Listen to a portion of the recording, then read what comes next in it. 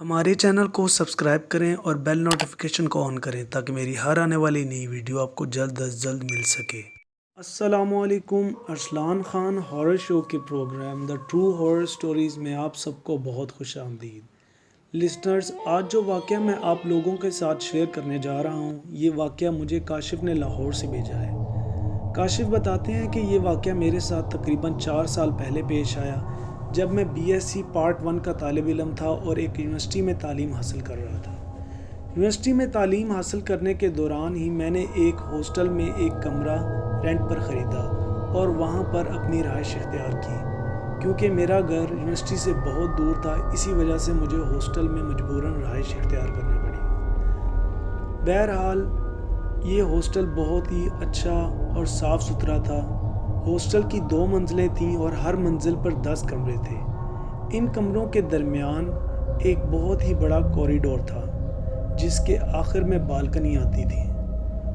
Hostel में कमरा मुझे नहायत माकूल और मुनासिब कीमत पर मिल गया था, इसीलिए मैं बेफिक्र होकर उस हॉस्टल में रहाइश इख्तियार करने पर आमादा हो गया। अगर हॉस्टल की बात की जाए तो हॉस्टल के सामने एक बहुत बड़ा अमरूदों का बाग था, जहाँ पर बेशुमार दरख्त लगे हुए थे। किस्सा मुख्तसर कि हम हॉस्टल के सामने कुदरती मंज़र को बखूबी देख सकते थे और सूरज निकलते हुए मंज़र को भी बआसानी देख सकते थे। हॉस्टल की लोकेशन बहुत अच्छी थी और पुरसुकून थी। शुरू में हॉस्टल में मेरा दिल नहीं लगता था, लेकिन जल्द ही हॉस्टल मुझे अपने घर जैसा लगने लगा। लेकिन इस हॉस्टल में मुकीम कुछ स्टूडेंट्स ने मुझे बताया कि ये हॉस्टल थोड़ा सा पुरअसरार और हॉन्टेड है, जिसका मुझे बिल्कुल भी यकीन नहीं था। मैं इन चीज़ों को सिर्फ अफवाह के अलावा कुछ नहीं समझता था। खैर, इंसान हकीकत से भाग नहीं सकता। मेरे ख़ुद के हॉस्टल वाले सीनियर्स दोस्त बताते कि रात 12 बजे के बाद हॉस्टल में कोई भी अपने कमरे से बाहर नहीं निकलता।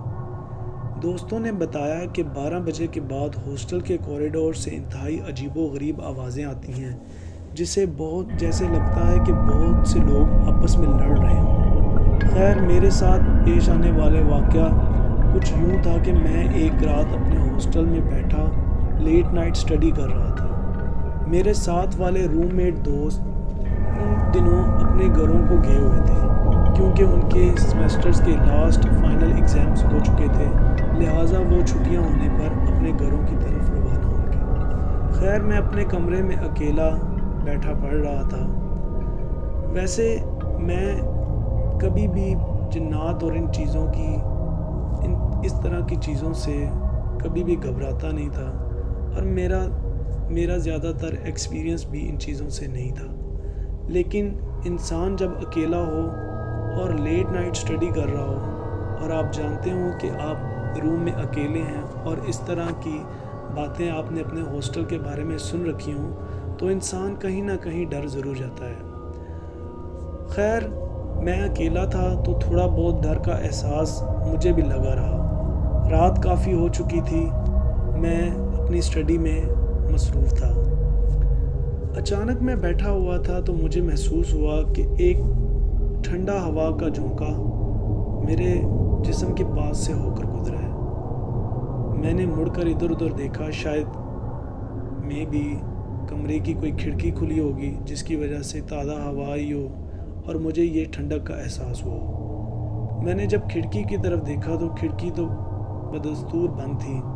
मुझे ताज्जुब हुआ कि कमरे में ठंडक का एहसास कैसे होने लगा। खैर, मैं अपना ध्यान दोबारा किताब पर देने लगा और स्टडी करने लगा।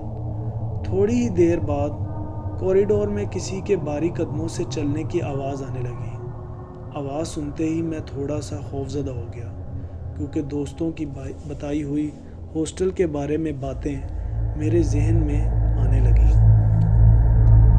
आवाज़ बिल्कुल साफ थी, जैसे कोई बहुत तेज़ी के साथ कॉरिडोर में चल रहा हो। मैंने आहिस्ता से उठकर अपने दरवाज़े की कुंडी लगाई और लाइट को ऑफ करके साइड पर दीवार के साथ टेक लगाकर बैठ गया। मैंने दरवाजे के नीचे से कॉरिडोर की जलने वाली लाइट की रोशनी में देखा कि कॉरिडोर से एक साया गुजर रहा है और वो साया चलता हुआ اچانک میرے روم کے دروازے کے سامنے آ کر رک گیا۔ میں نے جب وہ سایہ دیکھا تو خوف کے مارے پورے وجود پر کپکپی طاری ہو گئی۔ رات کے 2 بج رہے تھے۔ میں بالکل دم سادے دور بیٹھا دیوار کے ساتھ ٹیک لگائے کوریڈور میں کھڑے ہوئے اس سائے کو دیکھ رہا تھا۔ وہ سایہ جو کوئی بھی تھا دروازے پر دستک دینے لگا۔ میں نے ڈر کے مارے پوچھا کہ کون ہے۔ میں نے اس وجہ سے پوچھا کہ شاید کوئی لڑکا یا کوئی چوکیدار ویسے ہی یہاں پہ نظر رکھنے کے لیے یا دیکھنے کے لیے لیٹ نائٹ آیا ہو۔ خیر میرے بار بار پوچھنے کے باوجود بھی آواز نہیں آئی۔ اچانک مجھے لگا جیسے کوئی دبی آواز میں ہنسا ہے، لیکن یہ آواز کمرے کے باہر سے نہیں اندر سے آئی۔ کمرے میں لائٹ آف اور گپ اندھیرا تھا۔ صرف کوریڈور کی لائٹ جلنے کی وجہ سے کچھ حد تک کمرے میں دکھائی دے رہا تھا۔ میں نے ادھر ادھر دیکھا، مجھے کوئی بھی نظر نہیں آیا۔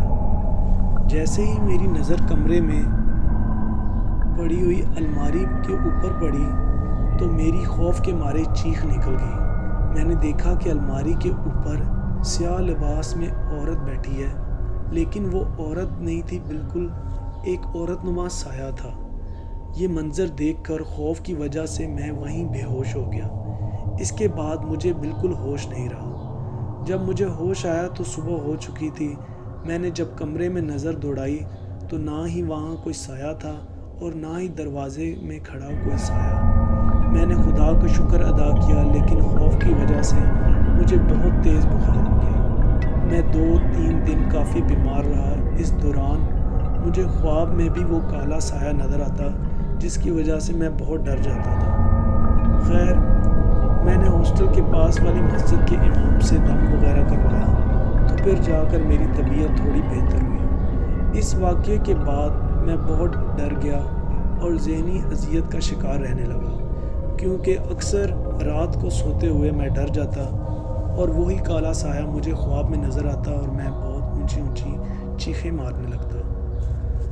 اس وجہ سے میں اس ہاسٹل کو چھوڑنے پر مجبور ہوا اور بہرحال آخرکار میں ہاسٹل سے دوسرے ہاسٹل میں منتقل ہوا۔ یہ میری زندگی کی کاشف بتاتے ہیں کہ یہ میری زندگی کی سچی کہانی ہے، جسے یاد کر کے آج بھی میں خوف اور دہشت کی کیفیت میں مبتلا ہو جاتا ہوں۔ تو لسنرز، آپ کو یہ سٹوری کیسی لگی؟ اگر آپ اس طرح کی مزید ریئل ہارر سٹوریز سننا چاہتے ہیں تو اپنی سٹوریز اس ای میل آئی ڈی پر سینڈ کریں تاکہ میں آنے والے اپنے پروگرام میں آپ کی بھیجی ہوئی سٹوری شیئر کر سکوں۔ تب تک کے لیے اپنا اور اپنے گھر والوں کا بہت خیال رکھیں۔ ٹل دین، اللہ حافظ۔